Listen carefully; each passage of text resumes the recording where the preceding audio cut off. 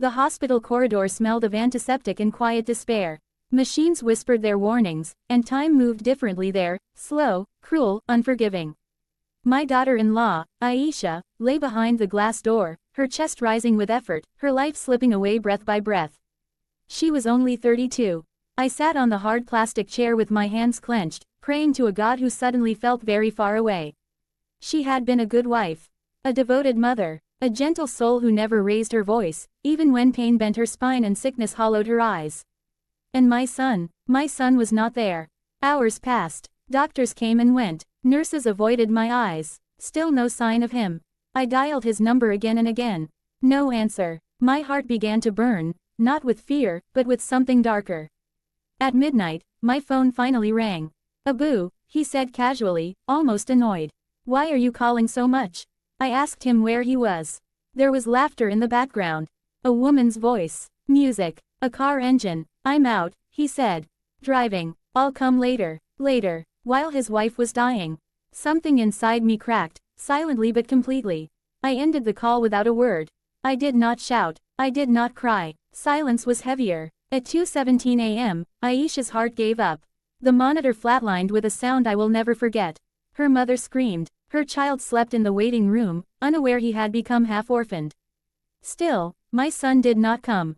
He arrived at dawn, clean clothes, styled hair, sunglasses hiding sleepless eyes. He walked in as if attending a routine appointment. When he saw the white sheet over Aisha's body, he froze. "What happened?" he whispered. I stood up slowly. Every bone in my body felt older. "She waited for you," I said. My voice was calm, too calm. "She asked for you." He opened his mouth, but no words came. "You were driving with girls," I continued, "while your wife was fighting death." His face drained of color. "Abu, it's not what you think." I raised my hand, not to hit him, never that, to stop him. "Do you know," I said quietly, "what kind of man abandons the woman who carried his children, washed his clothes, prayed for his success, in her final hours?"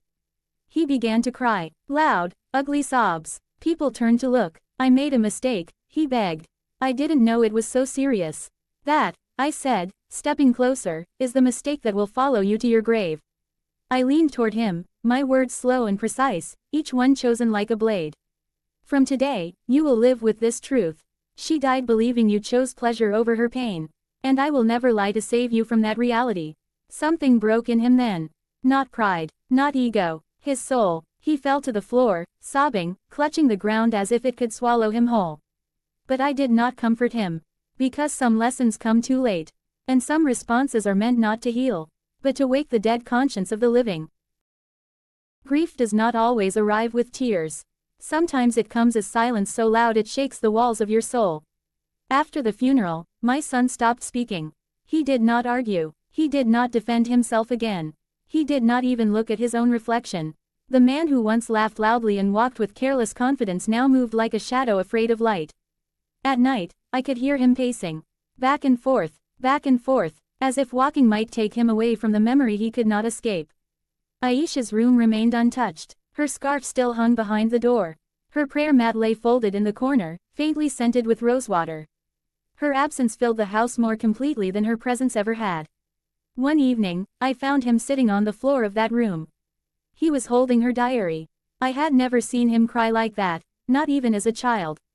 His shoulders shook violently, his breath uneven, as though his body was rejecting the weight of what he had done. "She wrote about me," he whispered when he noticed me. His voice sounded broken, scraped raw. "Every page, she wrote about waiting for me." I said nothing. "She knew," he continued. "She knew I was changing. But she still prayed for me. She still believed I would come back to her." He looked up at me then, eyes swollen and red. "Abu," he said, "why didn't you stop me that night?" I felt the question strike my chest, but I did not flinch. "You were not a child," I replied. "You were a husband." He lowered his head again. The girls he had been with called him after the funeral. He did not answer. They sent messages. He deleted them without reading. Pleasure had lost its taste. Laughter now sounded like mockery. His child began asking questions. "Where is Mama?" He could not answer that either. Once, I heard him trying.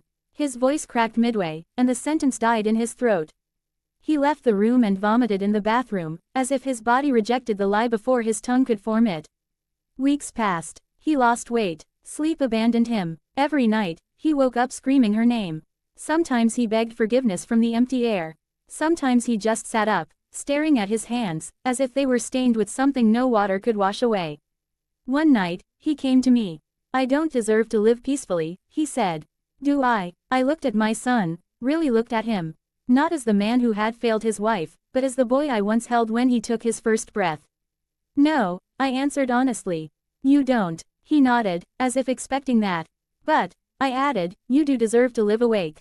He frowned. "Guilt can either destroy you," I said, "or it can chain you to responsibility. Aisha is gone. Nothing will bring her back. But how you carry her memory will decide the rest of your life."